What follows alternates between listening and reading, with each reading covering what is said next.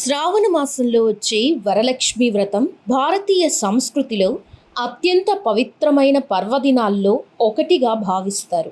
లక్ష్మీదేవి ఆరాధనకి సాధారణంగా అన్ని శుక్రవారాలు శుభప్రదమైనవే అయినప్పటికీ శ్రావణ మాసంలోని శుక్రవారాలకి ప్రత్యేకమైన ఆధ్యాత్మిక ప్రాధాన్యత ఉంది.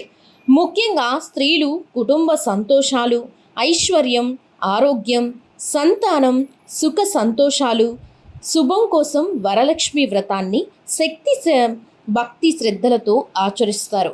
శ్రావణ మాసం పూజలు వ్రతాలకే పరిమితం కాకుండా ఆధ్యాత్మిక సాధన, జ్ఞాన సముపార్జనకి కూడా అనుకూలమైన కాలంగా భావిస్తారు. శ్రావణ నక్షత్రం జ్ఞానంతో సంబంధం కలిగి ఉందని పురాణ, ఆధ్యాత్మిక సాంప్రదాయాల్లో పేర్కొంటారు. అందుకే ఈ మాసంలో భగవంతుని ధ్యానం, స్తోత్ర పఠనం, మంత్ర జపం, దాన ధర్మాలు చేయడం విశేష ఫలప్రదమని నమ్మకం. శ్రావణ మాస పౌర్ణమికి హిందూ సాంప్రదాయంలో ఎంతో ప్రాముఖ్యత ఉంది. సముద్ర మదన సమయంలో చంద్రుడు లక్ష్మీదేవి అవతరించారని పురాణ కథనాలు చెబుతాయి. అందుకే లక్ష్మీదేవికి చంద్రునికి ప్రత్యేకమైన ఆధ్యాత్మిక సంబంధం ఉందని భావిస్తారు. అదేవిధంగా శ్రావణ పూర్ణిమని హయగ్రీవ జయంతిగా కూడా కొన్ని సాంప్రదాయాల్లో జరుపుకుంటారు. పురాణ కథనం ప్రకారం హయగ్రీవ రూపంలో శ్రీ మహావిష్ణువు రాక్షసుల నుంచి వేదాలని తిరిగి తీసుకొని వచ్చి బ్రహ్మదేవునికి అందజేశాడు. అందువల్ల ఈరోజు విద్య, జ్ఞానం, ఆధ్యాత్మిక సాధనకి ప్రత్యేకమైనదిగా భావిస్తారు.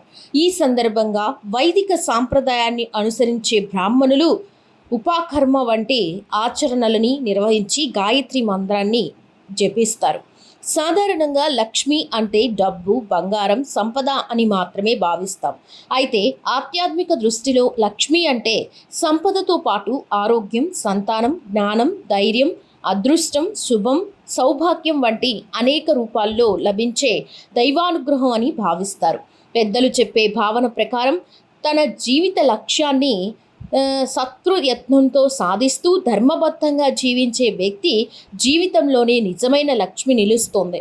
క్షీరసాగర మదనంలో అవతరించిన లక్ష్మీదేవి శ్రీ మహావిష్ణువుని వరించి ఆయనని ఎన్నడూ విడిచిపెట్టని శాశ్వత శక్తిగా పురాణాల్లో వర్ణించబడింది.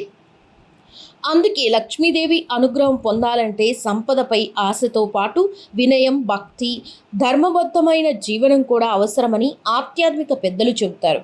వరలక్ష్మి వ్రతంలో అలంకరణలు, పూజా సామాగ్రి, నైవేద్యాలకి ఎంత ప్రాధాన్యత ఉన్నా వాటికంటే భక్తి భావనకే ఎక్కువ ప్రాధాన్యత ఉందని ఆధ్యాత్మిక సాంప్రదాయాలు చెబుతున్నాయి.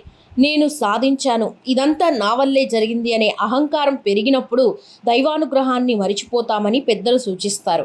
అందుకే వరలక్ష్మి అమ్మవారిని పూజించేటప్పుడు సంపదతో పాటు వినయం, కృతజ్ఞత, సద్భావన, ధర్మబద్ధమైన జీవనం కోసం కూడా ప్రార్థించాలి. భక్తి శ్రద్ధలతో వరలక్ష్మి అమ్మవారిని ఆరాధిస్తూ శక్తికి తగిన విధంగా పూజ, వ్రతం, దానం, నైవేద్యం వంటివి ఆచారాలను నిర్వహిస్తే అమ్మవారి అనుగ్రహం లభిస్తుందని భక్తుల విశ్వాసం.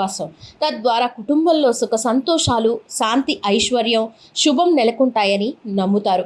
వరలక్ష్మి వ్రతానికి సంబంధించిన ఆచారాలు ప్రాంతం, కుటుంబ సాంప్రదాయం, పంచాంగ విధానాన్ని బట్టి మారవచ్చు. అందువల్ల తమ కుటుంబ ఆచారం లేదా స్థానిక సాంప్రదాయాన్ని అనుసరించటం